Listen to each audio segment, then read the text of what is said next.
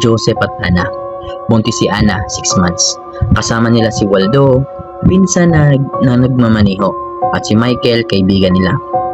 Biyahe sila papuntang San Joaquin para bisitahin ang matagal nang hindi nakikitang lola ni Ana. Bandang 10:30 PM, madilim ang kalsada, halos walang poste ng ilaw. Probensyang totoo. Habang papunta sila, biglang may matandang tumawid sa gitna ng daan. Dahan ang lakad, nakayuko, parang nalagas ang balat sa mukha. Napapreno si Waldo. Balak sana nilang bumaba para tignan kung ayos ba ang matanda, pero biglang sumigaw si Michael. "Huwag kayong bababa!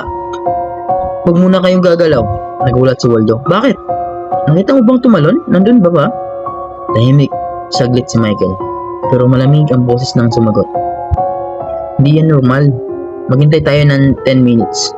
Kung nakagapang o gumalaw yan, pera ang gusto niyan. Isa ito sa modus na nakikita ko sa Facebook." Sabay-sabay silang napatingin ulit sa kalsada. Tumayo ang matanda.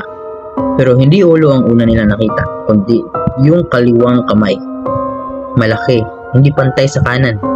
At ang muka, deform, parang walang ilong, parang napisa ang pisngi. Si Ana pa ang unang nagsalita. "Nakakaawa naman, baka kailangan niya ng ospital. Buntis pa ako, baka nakarma tayo kapag iniwan natin siya."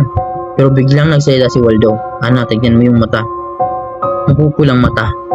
Pula na pula." Lumapit yung nilalang sa pintuan. Walang salita, tinitigan sila. At doon umarangkada si Waldo. Pinitik niya yung gas.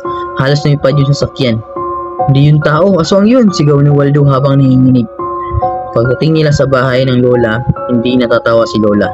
Galit. "Ngayon pa talaga kayo dumating? Pista bukas."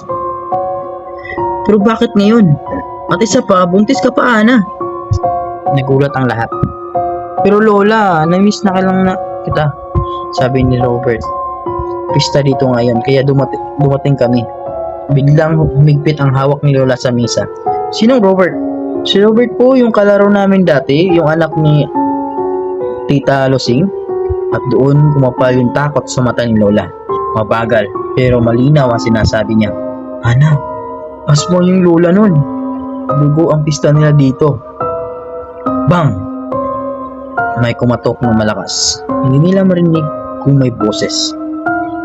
Wala. Tahimik. Pinababa ng lola ang baso. Huminga ng malalim at dahan-dahang lumapit sa pinto. "Sino yan?" Wala. Walang tumugon. Tumahimik ang buong sala. Walang gumalaw ni isang tao hanggang may narinig silang pagkaskas sa bintana. Parang kuko. Ipagpapatuloy.